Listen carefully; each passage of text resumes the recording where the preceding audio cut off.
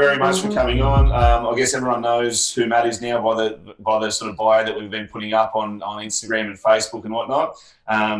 Extremely grateful for your time, Matt. And a little bit. So my name's Riley Hunter. I'm the Director of Huntsman Recruiting, and we've got Katie Fuller here, who's our Senior Recruiter as well. I'm obviously the better looking one of the bunch, but... Don't listen to it. This is the constant abuse I get daily. I don't like that look, Matt. We can finish this now. I'm only kidding.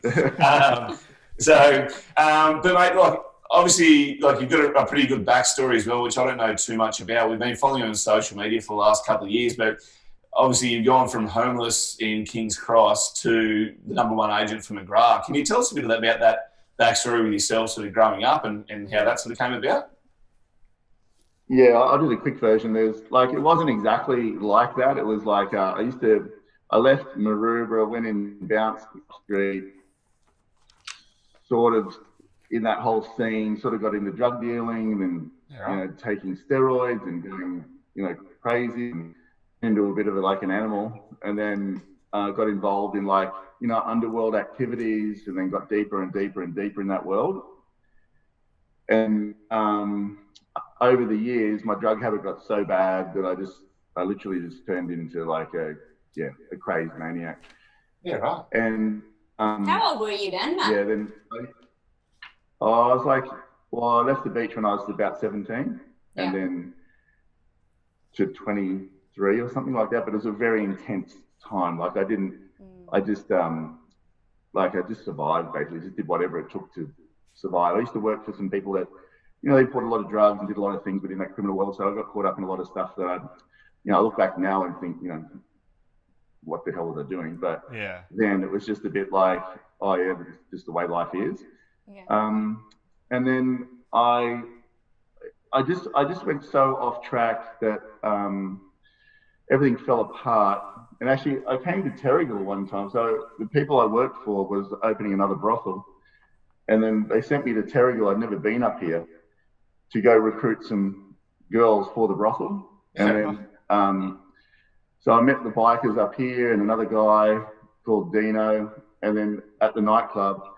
And then this girl comes up and it was her 18th birthday who knew Dino. And I was like, wow, she's amazing. And I asked for a number for me, not the brothel, but I was she went to write it down and the bouncer grabs her and says, I hope you're not going to give that guy your number. Please don't say I said anything. Don't do it, whatever you do. He's the sort of guy that makes people disappear. But fortunately she did. She gave me her number. And then I went back to Sydney and then a lot of things happened. That's around when I ended up sort of homeless and I lived in this abandoned place for about 6 months, maybe a bit more. A lot of things happened in that world that I couldn't fix, and then a couple of contracts got taken out of my life, and then so I rang the guy I met at that night, Dino. I rang him and said, mate, can you come pick me up? I'm going to be dead or in jail any day. I had so many warrants out for my arrest. I was under surveillance for a couple of years. It was just getting more and more and more intense. Wow. And then I was seeing that girl. I sort of started to see her, and she was this young Mormon girl. It was her 18th birthday that night, so she was out for her birthday. And then he put me out the back of his parents' house, and I stayed there for about 9 months, and I was in a pretty bad way. I was mentally gone. I was physically just all over the place. And then one day I was like, I've got to sort myself out. It's been 9 months. I've been in a bit of a drug psychosis the whole time. And then I rang an ex-girlfriend in Sydney and said to Lisa, what should I do? And I said, I'm in a bit of trouble. She goes, yeah, you've left a massive mess down here. You're probably just going to get killed. And I said, what should I do? And she goes, why don't you just get into real estate? And I was like, yeah, good idea. So I picked up the Yellow Pages, rang everyone, just asked if they had a traineeship for anybody. And one lady gave me a job out of, 50 or 100 people. And then I didn't have a car or anything. So Dino bought me some pants and polo shirts, and then I just got told to door knock. So I just door knocked every day. And I just walked from street to street, from suburb to suburb, every day, all day. Yeah. What happened to the warrants of your arrest, Matt? Are they still out? Pardon? The warrants for your arrest? No, well, that's what I was just about to tell you. Yeah, it's just after about a year of doing that, I got the bus home one night, and I was engaged to Karina by this point, and I was renting a room. So the lady that gave me a job put me in a caravan on her property. So she gave me a place to stay. I had to get out of Dino's parents wanted me out of there, and then I was renting a room off this elderly lady that was friends of Karina's parents, and I got home one night, and I don't know if you've ever seen Killarney Vale up here, but back then it was just like a little country town with nothing there, like just a few shops. And Ray, who ran the fish and chip shop, was an ex-heroin dealer from the Cross, full of methadone, and we used to talk about lots of stuff. Yeah. Anyway, the phone rings one night when I get home, about probably 8:30 or 8 o'clock, 7:30, 8 o'clock. Walked in, phone rings, and it's like, I was like, hey, hello, and he's like, Matt, it's Ray from the fish and chip shop. And I'm like, how the hell did you get this number? Like, resourceful plus. And he goes, mate, I'm just letting you know you've just been on Australia's Most Wanted. And I'm like, oh, buddy. Oh, no. So, literally 5 minutes later, Karina's dad turned up on the doorstep. The whole family were watching Australia's Most Wanted. I'm on there. And then I went to Sydney, handed myself in, all the commotion thing, whatever, and I went straight to court. Karina's mum came and testified, the old lady testified, and the judge looks at me at the end of it and she goes, I just don't know why, but you should be going to jail today for quite a few years. I had about 14 warrants out. And she goes, but I just see some good in you and I'm going to give you a second chance. I had to do community service in Terrigal preschool, putting puzzles together for like a year and a half, and then it took me 8 years to pay back the fines that she gave me. And she said, if you ever come back again, you'll be going away for half your life. And when I walked out of the courtroom, I rang Dino and I said, I'm going to become Australia's best real estate agent. And that's what I am. There you go. Oh, wow. Do you think that mindset, like that upbringing and what you went through then was actually, would you change that at all? Yeah. You would? Yeah. It was a nightmare. But no, like now, probably not. But I don't know. Yes and no. Yeah. No, it seems like something on Summer Bay. I thought I might see the blood and sand on the wrist. Yeah. Well, he was from Maroubra. Yeah, I guess so. Yeah, I grew up with all the Brown boys. It's like the River Boys. Yeah, same thing. Yeah. But even like in saying that as well, say the drug dealing and whatnot as well, did that sort of give you any sort of did that translate across to anything in real estate? Like obviously there's a few shady characters in there. It's exactly the same. Yeah. So if you get like 1,000 pills, you just got to go find someone who wants 1,000 pills. And then back then, I said to Dino when I got in, I said, mate, this is like drug dealing. It's the same. It's just like, you just can't eat them. And he's like, I said, you just got to find a house and then find someone that wants it. That's it. Yeah. So when I changed offices across the road, and then the boss was in this little, it's called Peter Brand. It was the boss, the secretary, and the son. And the boss used to smoke at the door all day and tell dirty jokes and laugh at himself. And they used to sell like 2 properties or 3 properties a month. Back then, the houses were like $100,000 roughly. So it was like $4,000 commission, something like that. He went on holidays and there's like a whiteboard at the back. And he comes back, I filled the whole whiteboard up with sales, all of it. And he's like, what the hell has happened? I was like, I sold all these houses. And he's like, how? I was like, well, I just found people that wanted them and blah, blah, blah. And he's like, wow, he just couldn't believe it. But I was like, it's not that hard. You just have to actually get out there and sort of match things together. Yeah. Because is real estate, like, is that your prospecting? Is that purely just activity based, isn't it? Yeah. Relationship based. Yeah. I saw later, quite a bit later, like it used to be like the Genman system, make 100 calls and you get 1 yes. Yeah. So everyone used to do that, but who wants to sit there and make that many calls? So when I learned about a farm area, like 1,500 homes, it was an LJ Hooker idea. By the time I got to LJ Hooker, maybe a few years later, I was sitting in because I was prospecting suburb after suburb after suburb. And I was definitely listing stuff everywhere, but I heard about the 1,500 homes. I was like, that's interesting. And I really listened to what the guy was saying. He said, do this report, do this, saturate it, blah, blah, blah. And then I was like, I'm going to become like an expert of that area. But I could see that the prospecting was like, if someone said no, that's fine because I'm starting a relationship. So it's still like a yes later. Yeah. And I think what a lot of people do is they prospect out of need, which doesn't work. Like it doesn't work. It's like, it's same as your business. Like you might speak to a CEO and just keep touching base, and in 7 years' time, something happens, and he's like, "Hey, I want to go here," and it's like, I want to do something, and you're like, bang, but they call you because you put that work in. And I have very little expectation when I prospect, if at all. Yeah. And it's interesting because Katie and I were only talking about that the other day in regards to relationship. Like everything in business and even in life, it's all relationship based anyway. And Katie just had a really good win she was chipping away to go for 1.5 years, a CEO of a big not for profit. And finally, next minute it paid off. And now we've had 4 or 5 roles in the last 6 weeks. So that's where we go, like all these little contacts, all this stuff on social media, it all pays off, but it's quality stuff instead of that quantity like we were talking about. And how often did you touch base with prospects, I guess? Was it every couple of months or? Yeah, that's a good question. So I'd have a crisscross effect. So like I'd have like, I don't know your business very well, but I would say it's similar, but it's about doing interesting things with them. So there's your usual stuff like your meat and potato, sort of like cold calling, have you thoughts of selling, blah, blah, blah, blah, and door knocking. That's what you do. But then I'd be like, so daily is like a call or not daily to every person, but that would be my target. So like 40 connects a day. So by the time I cold call the whole area, that might be 3 months by the time I got right around it. But then I'd be door knocking as well at the other end across. And then I'll be doing letters once a month. And then I'll be doing something every quarter, like something pretty cool, so it's a bit better. And then I'd do a 6-month report to everybody, hand delivered, picture of the house on the front. And for life, they get a 6-month, really detailed, beautiful report that's professionally printed. So I've been doing the same area for 20 plus years now. And like, it's pretty, like I've been doing the same thing for the whole time. I don't ask anyone if they're selling or anything, or I'm just, when I ring now, it's like, hey, it's Matt. I don't even say where I'm from. They're like, hey, Matt, what's the update? What's happening out there? How good's that? Yeah, there's a rule, 9 to 12 contacts, people start to become your friend. 18 to 24, you start to become a household name. So to get to like 18 contacts would take about at least 5 to 7 years of all things. So every person I speak to, if it's a cold call, I'd write a handwritten thank you card every time. And a door knock thank you card. And you guys probably do the same thing.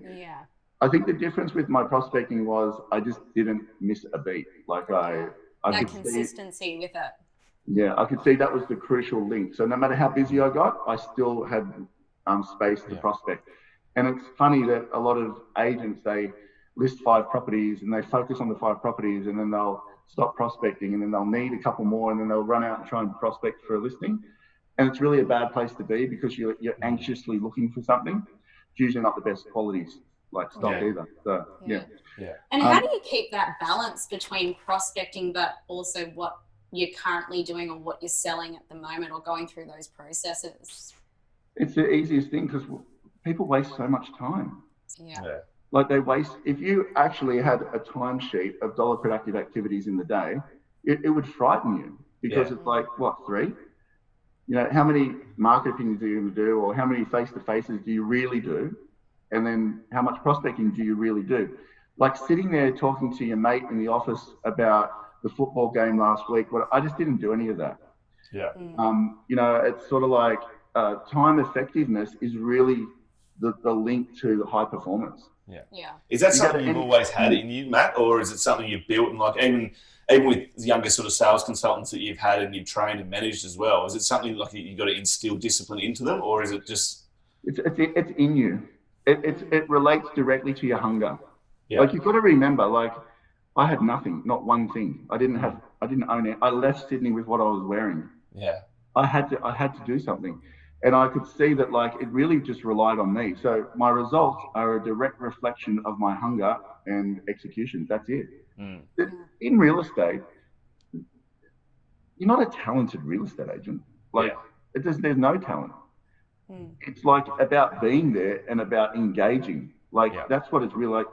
Servicing someone. How hard is it to service someone? Like, what do you want? I'll get it for you right now. And deliver. So I almost answered it, but I just had my best client ring me right now. I feel bad because I always answer the phone every single time when he rings. I could be anywhere. If I'm with someone, I'll be like, well, can I just 1 second? I'll say, Gav, I'll call you straight back. I feel bad I haven't answered it now, but that's how much I care about the execution side of it. You can answer it. Get it. Let's witness one in action, Matt. Come on. It's all good. I'll ring him after. I'm all yours. No, that's fine. I think in real estate, there's a guy I talk about in seminars sometimes. His name is Manuel, and he was the doorman at a hotel in New Zealand. He was so good. Like, I'm talking, I've never met anyone like him. Smiling, happy, engaged, alive. And 12 years later, we got invited to a wedding in New Zealand. And I said, or Shelley, I was married to at the time, I said, let's stay at Manuel's hotel. Yeah. This is 12 years later. I remembered his name. Yeah. I stayed there because of him. And I remembered how he made me feel. I only met him once. Yeah. Couldn't remember the grand, whatever it was called, hotel, blah, blah, blah. When I went there, we stayed there, and all we wanted to see was Manuel again. How many good experiences can you remember in the last 12 months that have penetrated your soul? Not many. Yeah. That's all you need to do. Yeah, and it's just little things, isn't it? And even like Katie and I were talking today. I went down, it would have been 2 days ago, to get some protein powder. You can see I'm already bulked. But yeah, thank you. And it's gone straight to my shoulders already. But anyway, the little thing, like as I was leaving though, he just said, "Mate, thank you for your business. I really, really appreciate it." And he was genuine about what he said, and I could feel it. And I came in and I said to Katie, I was like, that was just unbelievable. Like, I don't know. I was like, just those little tiny things of telling people that you're grateful or you're appreciative of their business goes a long way. Like, and he'll have me for life there now anyway. It's true. It's so true. And that, if there's young agents watching this, the best way to compete against the old style agents, if they are old and stale, there's some that aren't, some are James Foster, and I can name 20 of them, but the ones that have been around forever, they're going to be complacent. Yeah. You've got to over prepare, you've got to want it a lot, you've got to be like, not miss one little thing in the whole sequence of this event, like meeting the person. Thanks very much for your business. I really appreciate it. Yeah. Thanks very much for having me at home. I really want to work for you. Yeah. Like, I really do. Yeah. You remember that little thing, like what the guy said to you. Young agents should have that same engaged energy. They'll win the business a lot of the time. Yeah. Yeah. And I think people tend to overcomplicate things when it's very simple. You're right, Katie. They do. There's so much training out there, like so much. And I actually laugh. Like, I'm like, how much can you train, drop a letter off, make a call, write a thank you card, take care of people? Yeah. Like, how much information do you need to do that? Yeah. And I don't want to oversimplify it either, but we're a service-based business. Answer your phone, turn up on time, and just make people say, wow. Yeah. Yeah. And even with your diary management, Matt, do you go every sort of minute to the hour? No. No. I think I used to. Yeah. But I reckon it creates anxiety and overwhelm. Yeah. And I think there's seasons, time in a season as well. Like, you've got to try it. You know, people, like, I'm 25 years in the business, you know, probably like you guys, I like space now. I was dealing with an architect who I deal with all the time. When I first met him, we were talking about design and stuff, and he says that one of his main things is he likes to have breathing space in the day to be creative. Yeah. And I took a lot from that. I'm like, because if you've got 5 market opinions in the day, which I would never do now, but I used to, you get to the 3rd or 4th one, and it's like, your energy's not the same. Yeah. And we're in an energy game. So when you're dealing with someone, your energy's crossing over. But when you're in a bit of overwhelm, you'll feel like they'll feel it. Yeah. So you need that space. I only want to do 1 market opinion a day, maybe 2, 1 buyer appointment, maybe 2, and some prospecting. That's all. Yeah. And I saw on one of your Instagram posts that you break it into 3 different things. So it was prospecting, vendor management, and then like fitness, I believe, wasn't it? Anyway, so do you just do 3 things a day and that's it? As long as you've done those 3, you're successful, and that's about it in the day, or? Well, that's in real estate. There's prospecting, vendor management, and face-to-faces. Yeah. So there's the 3 things. And then, but in life, it's fitness, real estate, and kids.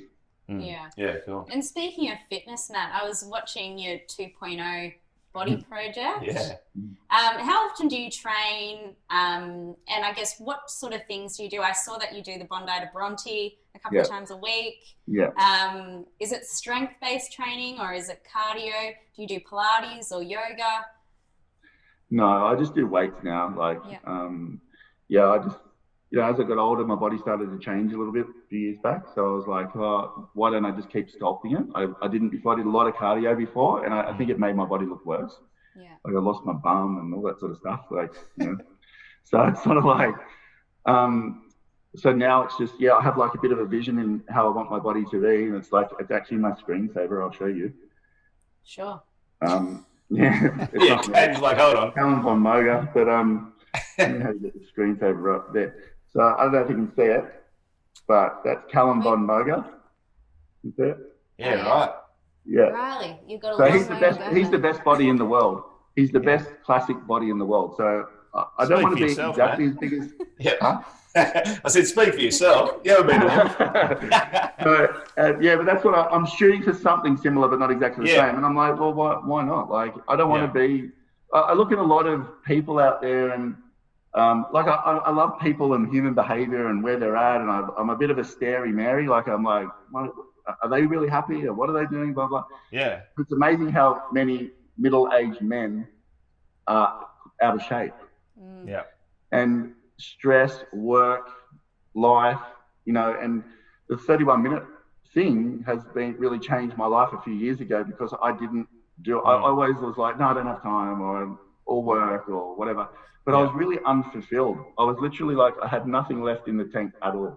Yeah. Did you want to share that 31 minutes to everyone on the webinar too, and what that sort of entails? 100%. Sorry, I'll just make sure that this half an hour. That's good. Sorry about that. So the 31-minute principle is really just 31 minutes of time somewhere in the day to fill yourself inside.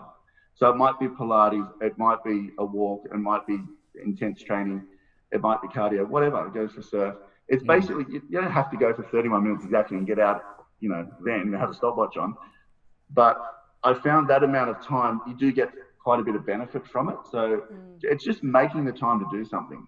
You'd be amazed at how many mums have written to me over time saying, I literally have changed their life because they've got themselves back.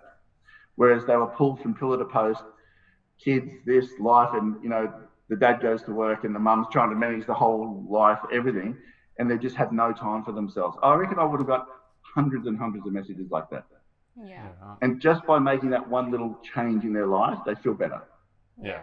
And one important question I wanted to ask Matt is, Riley's been trying to do it for about 5 years. Oh, here we go. How do you have any hints or tips for that chiseled jaw?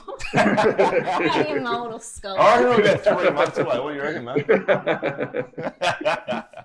31 minutes a day, mate. That's what you need to work. Maybe I do 62. Funny. Jesus. Have you got any positions there at McGrath in Terrigal? I'll send I'm Katie happy up to there. come up, mate. I'll package you in a little box too, I reckon. No problem. Unbelievable. But in saying that as well, like obviously you've got a lot of your fitness sort of journey and your lifestyle, and you talk about energy and gratitude and things like this as well, which is awesome. But did you cop a bit of slack for that at the start from people, and you get a few haters? Like, how do you deal with that? Hey, heaps. Yeah. Because I was like the real estate guy, and everyone knew me as that, and it's like I was just a working machine, and like I used to just be a workaholic. But even then, people were like, you're going to have a heart attack because you're just a workaholic, and you don't.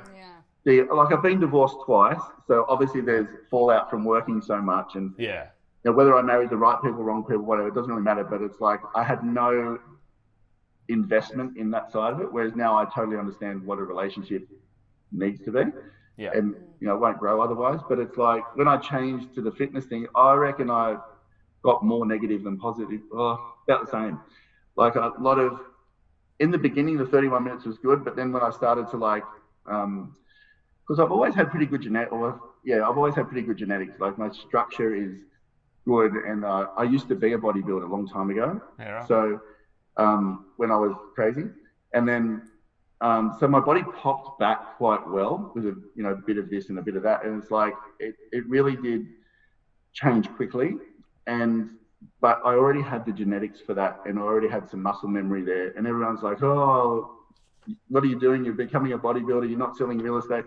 I was still working, but I was just dedicating a bit more time to that, and I was filming a bit more of that journey. So people are only seeing that, because I find real estate videos really boring. Like I don't want to talk about like listing presentations. Has that actually increased your business, do you think?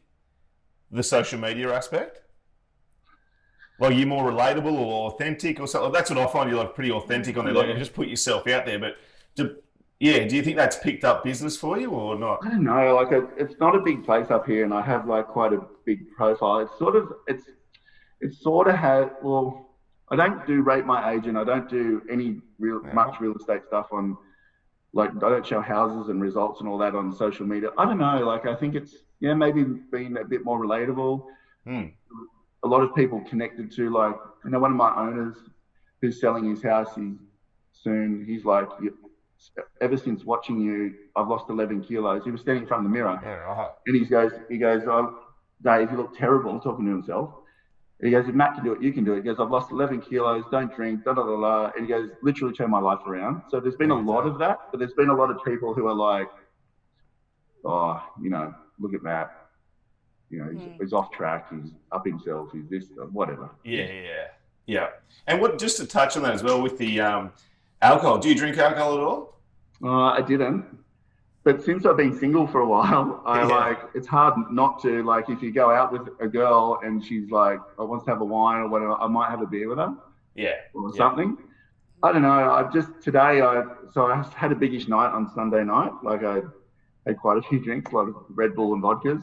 And and it was like I was a bit flat and whatever. And just today in the gym, I was like, I don't think I'm going to drink for at least a couple of months. Just focus on my body again. Yeah.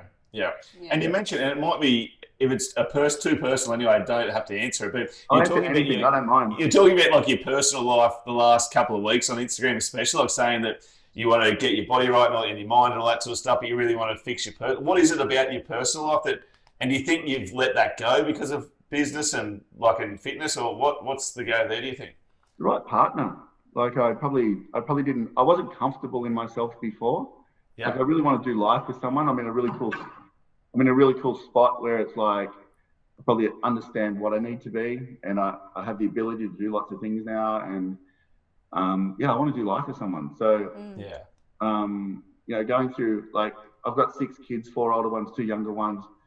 How old, Matt? How old are your kids? How old are they? Yeah. 21, 20, 18 and 17. So I live here with 2 of them permanently, the 17 and 18-year-old, and I have done for about 4 years. Their mum took off. And then the other 2 older kids are at their nan's. She lives on the water down there, so they wanted to be there. Yeah. And the 2 younger ones live with Shelley. And so I've been separate from her for about 4 years now. And so I don't know. I just want to get it right. It's the only piece of the puzzle that, I don't know. I'm a bit hesitant, a bit cautious. But that's the part I want to fix. Yeah. Have you learned a lot from those previous sort of marriages as well on what you're sort of looking for now, or how did you process all that? I've learned heaps. I've learned, like, it's, unless you have that connection. So I saw a girl for a while after my last marriage and had great connection. And then it's all about that connection and growth together. And if you're not growing together, you'll separate, or you'll just be dead existing in a house together. But it's that connection that, like, that's undeniable, that I think will stand the test of time, because looks will change, sex will change, all that sort of stuff. But it's the ability to sit on the beach and only want to be with that person. Like, that's probably the thing that I appreciate now more than anything. You're saying, yeah, definitely. And I didn't have that before. I just married them if they were hot. That's it. That's fair enough. You got to do that once, don't you? They say. So. I did it twice. Twice. That's all right.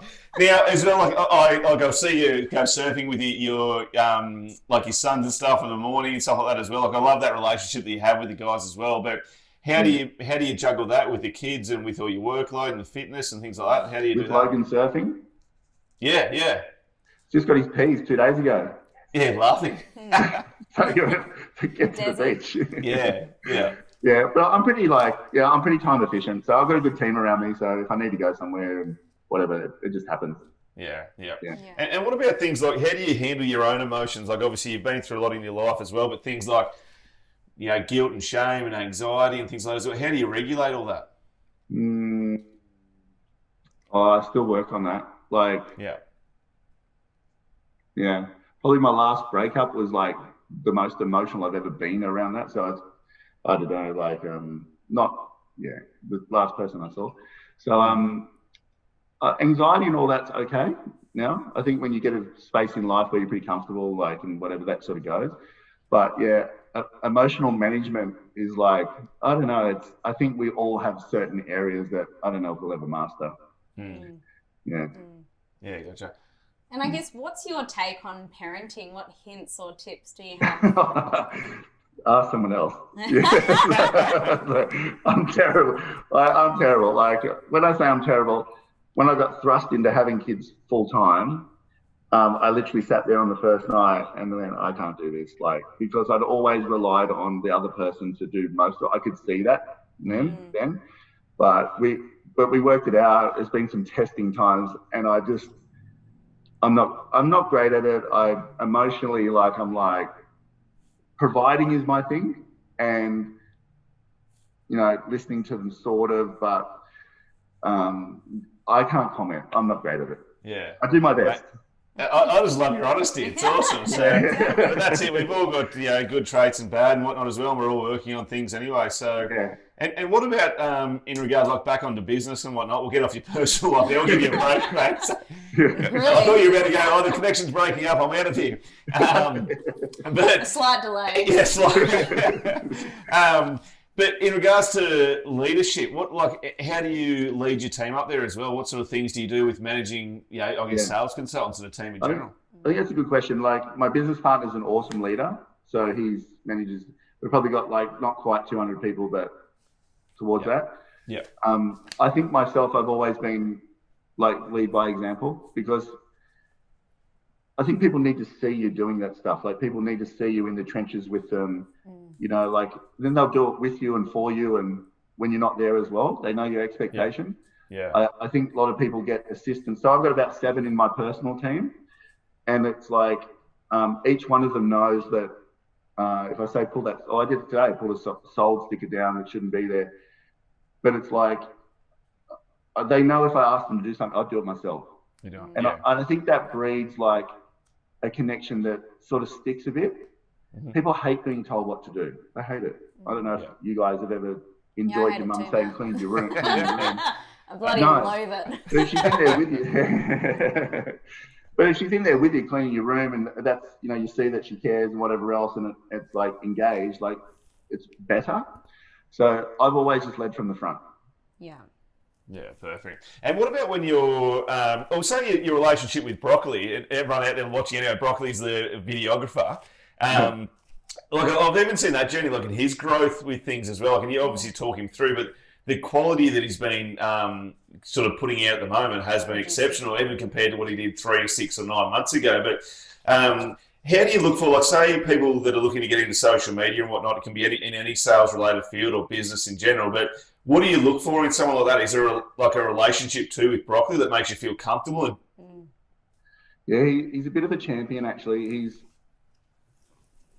annoying, but he's like, but it's care factor. I employ always on care factor. Like, someone might not be the best candidate, but I just know that they'll drive a box of chocolates to Sydney to say thanks because of whatever. I just know that's them.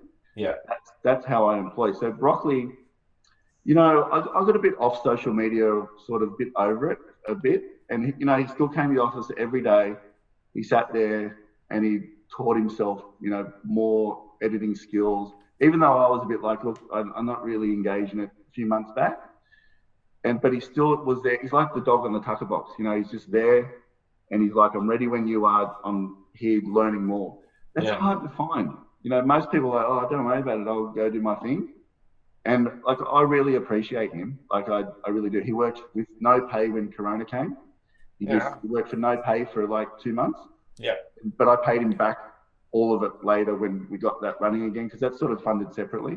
Yeah. And then, but it's hard. Where do you find those people? I'd look for that. He wasn't a really good filmer when I first got him. He was like, he liked the idea of it, but he had this desire to sort of do it. So I was like, well, let's work out how it happens. And unless they have that care factor that's so high, they're probably just going to be a bit of a dud. You're going to get a bit over them. Yeah. And other than like that care factor, what other qualities do you look for, especially in salespeople? Yeah, if I like them, like you like them, like that. Yeah. You work with people. You just want to work with people you don't like. Yeah. You could ask me about that. Yeah. Unbelievable. Katie doesn't like me. It's pretty evident, isn't it? Yeah. We're putting on the show at the moment. Someone said to me once, quite a while ago, that he doesn't work with people unless he feels like he'd have them over to his house for a barbecue on Sunday. Yeah, that's good. I like that, and so is that over an hour period just sitting there having a coffee with someone that you get that feel, or do you get what do you do? 5 minutes. Right. Because you don't know what people. I always say to people, let's start. So I put a cadet on the other day. I said to him up front, I like you. I've had a few mixed reviews. I'm going to give you a bit of a go. Yeah. But I'm going to tell you within a week if you're going to stay or not. I sacked him on the 3rd day. Right. Because everyone is nice when you meet them. Yeah. Everyone. Yeah. They put their best face on. But when you're working with someone, you really get to feel who they are and their attitude, and if you task quick, if they've got the right tempo. So I don't believe I don't interview very much. It's one, like, hi, what's your name, blah, blah, blah. And I'm like trying to work them out. And you sort of get a feel whether they're there or not. And once they start working, and I always say to them up front, like, after a week or two, we're either going to shake hands and part, or we're going to keep going. Yeah, it's so true. We've been doing that for the last 3 or 4 years, and some of our clients think we're crazy, but we'll say, go ahead, interview them, have coffee, do whatever you want, but get them to sit their bum in that seat for at least half a day or a day, and you just get a little bit more of a feel without just going, yep, you're the one, and away you go. But because you never truly know someone, like you said, from an hour or whatnot as well. But it is interesting. So, 100%. And what about like your diet? What's that like, mate? Really good. Yeah, like I eat pretty strict. So shake before I train, amino acids when I train, porridge with peanut butter and water after I train, another shake, potato and tuna, chicken and rice, or Portos twice, and then tonight I'll have all Portos again. Yeah, right. Gee whiz. So, and a few shakes in between that as well. But I don't eat any rubbish really. Yeah. Has that always been the case for you? Again, it's like, are you feel no? How long have you been doing that for? Probably like a solid year and a half. Okay. Like my body fat is like 6%, 6.1. I just got measured again every month I get measured. Right. Yeah. Right. And it's 6.1, but that's where I operate. So like that's where I stay. It's really hard to put on muscle and keep your body fat down. Like your body works real hard to do that.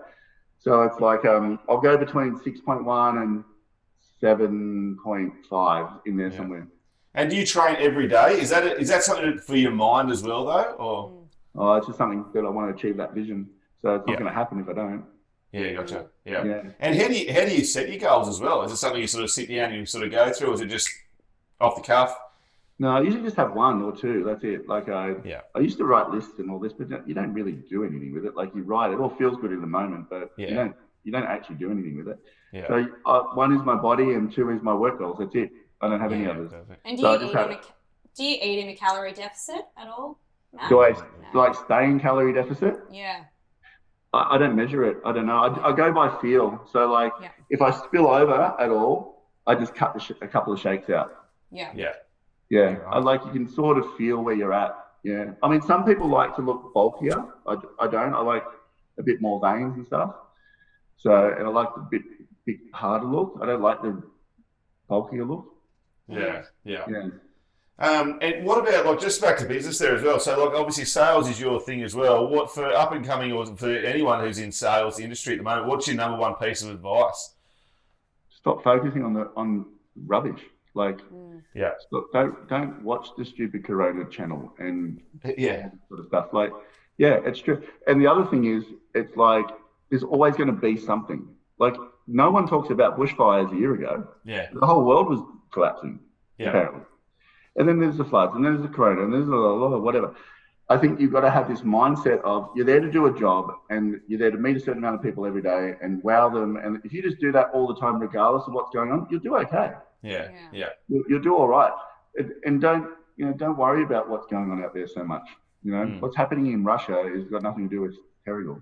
No, exactly. So do you look? Because that's something that I haven't sort of done anyway for the last probably 2 or 3 years, is look at any news, any like 9% on news.com or anything like that as well, because it doesn't serve you at all. But is that something you've always done?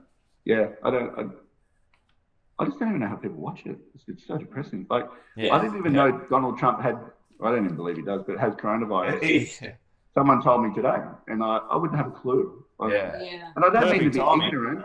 Yeah, I don't need to be ignorant, but how many people have got it is like it doesn't affect like what I do in the day. So I don't want to, like, people can get so absorbed by it, and you can feel your energy change. So you sit there and watch a car crash on the TV.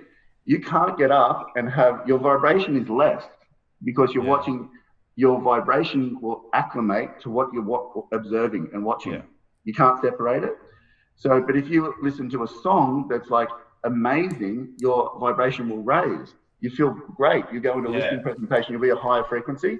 It's all about frequency range. So whatever you observe and feed your mind is going to make your body acclimate to that. Yeah.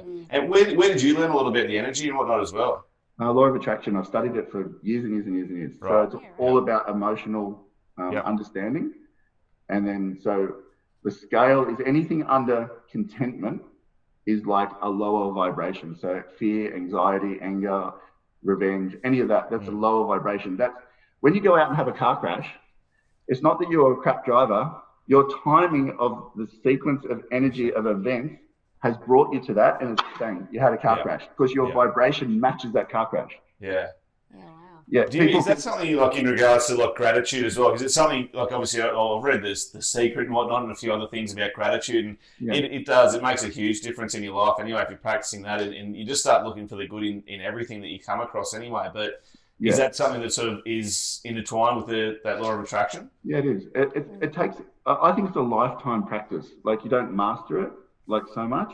You probably get more used to operating in a higher frequency when you're there, like appreciation, passion, eagerness, all that. Yeah. So you get more used to it. So when you get used to that feeling, you want to be there more. And when you get into the lower ones, you know you're there, but you've got to slowly work yourself out of it. Like, so how did you do that? How did you train yourself to be at that higher frequency? To go general. So like you can't go from anger to appreciation in one jump. It's too much of a frequency gap. Yeah. So what you got to do is slow the momentum of anger first. You've got to stop thinking about it and go general. So it's something like you got to shift your attention to, I really appreciate this room is quite warm. Like I feel easy here. Yeah. And you've got to try and be there for a little bit. And then you'll feel the energy start to slow, and it might take, 10 minutes, half an hour, but you don't have to sit here in like a meditation or anything to do that. But you just walk around and start thinking to yourself, like, I feel good. Like I'm in a reasonable place at the moment. I like driving my car. I like the person I work with, blah, blah, blah. So you've got to sort of shift that to a real general tone, not too specific. Not, I feel great because I'm amazing. That's too specific because you won't feel it and believe it. Yeah. How did you get into studying that? Just a long time ago, just one thing led me to another 15 years ago. And then I found Esther Hicks, and then Esther Hicks is probably the best at it. Yeah. Yeah. I did sort of read I forget what the title was. It had Esther Hicks and have you read The Power of Now with Eckhart Tolle? Yeah. No, I've read half of it. Yeah, gotcha. Yeah, that's been a game changer for me about 5 years ago. It's unbelievable. So it's just actually living that anyway. But are you a big reader, Matt? No. What about I like video. What would you like? Even in saying that anyway, probably not a good follow-up question. But if you had two books that you could recommend to people, what would they be? Yeah, Money and the Law of Attraction by Esther Hicks. Yeah. And The Power of Full Engagement by Jim Schwartz. Jim Schwartz. Oh, okay. Yeah. Right, okay. I'll have to get onto that anyway. So. Yeah. Do you listen to podcasts at all, Matt? Yeah, sort of. I have such bad ADD. I like give things attention for 10 minutes or 5 minutes, and then I'm on to something else. Yeah. So I try. Yeah. Like I often wonder how people listen to Joe Rogan's 3-hour podcast. Like where do they get the time? to like sit there Sit and there listen for to the whole thing. 3 hours. I've tried. Yeah, after 10 minutes, I've checked out. It's got to be Yeah. engaging. Yeah. No, that's excellent, mate. Well, look, that's probably all we need to really cover at the moment. So what we might do is just is quickly open it up to a Q&A at the moment too. If anyone has, in the next couple of minutes, if you want to throw in a question there for Matt, go your hardest at the moment. And other than that, we'll sort of let him get back to his night. Get back to Gab. Get back to Gab. That's exactly right. So, yeah. I was going to say before too, everyone's known a Dino when they're growing up, I reckon. You've all had a Dino. Everyone's had a day. So, all right. Well, it doesn't look like anyone's sort of coming through. But, mate, look, thank you so much. We are extremely grateful. We appreciate everything you've done for us. And, enjoy the next few months anyway. Thanks, Matt. Thank you. And Thanks, good luck guys. with finding that perfect partner, mate. Yeah, thanks. Let me know if there's any down there. We'll find, mate, good country gal down here. That's what you need. Yeah, I'd be open to that. All right. We'll keep it on, Phil. Thank you very much. See Bye. you. See you, mate. Bye.